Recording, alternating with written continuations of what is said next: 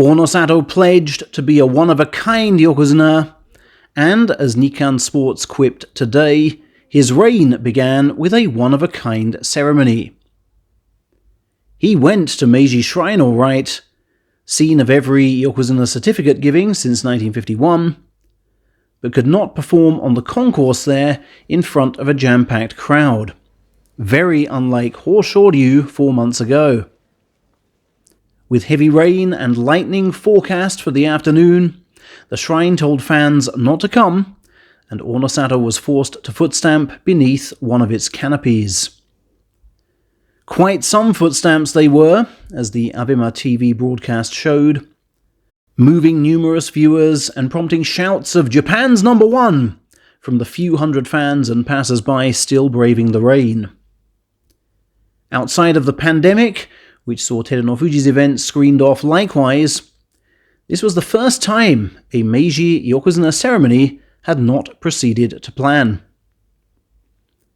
"I think I performed it properly," were the words of the big man himself. "I'm looking forward to putting this on every day in July."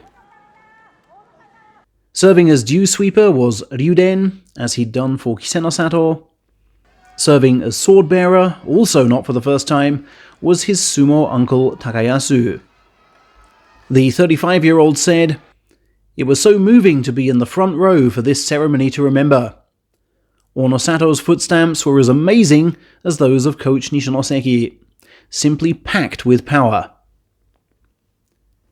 Nishinoseki has left no stone unturned in finding experienced personnel to help Onosato through, even saying, "I want Hanaregoma Stable's Dogo, as he served me so well in my day."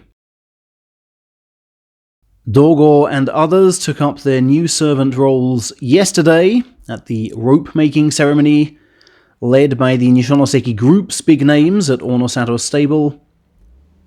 Just as sumo top knots are adjusted in line with facial shape, so yokozuna roped belts differ according to the wearer. Onosato's is 4.2 meters long and weighs 7.2 kilos, 0.8 kilos more than his master's, which was lighter than all but Kakuryu's in recent sumo times. Hakuho would usually opt for a 13-kilo version, but the weightiest recent belt by far was donned by this late legend. "How the rain did fall on this yokozuna parade," were the words of veteran sumo writer Shoko Sato, her implication being that the sumo gods might be displeased with the treatment of ex-Hakuho. More details have now emerged about his current state of mind. The Shukan Bunshun magazine details that he wanted to hold a retirement presser around April the 30th, but was urged, we presume by his current boss, to honourably turn up for May and support his charges one last time.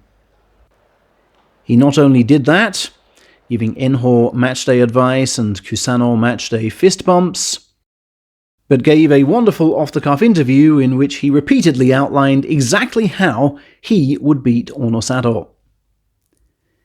He then, according to my sources, planned to quit on the tournament's final night, May 25th, but pulled back to avoid taking the shine of sumo's new yokozuna.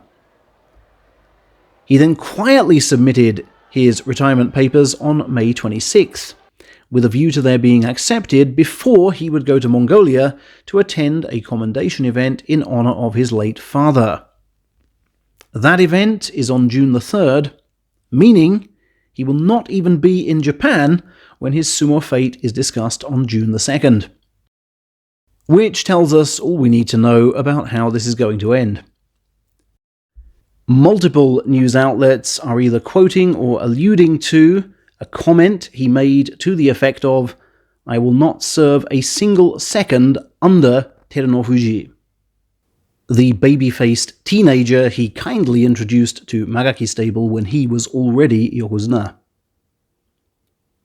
Asked to confirm he'd officially requested to quit by reporters tipped off he'd be catching a plane, he said, "I have nothing to say on this." And asked as to the mood he was in as he boarded his flight to Mongolia, he said, "Come on guys, let's just drop it.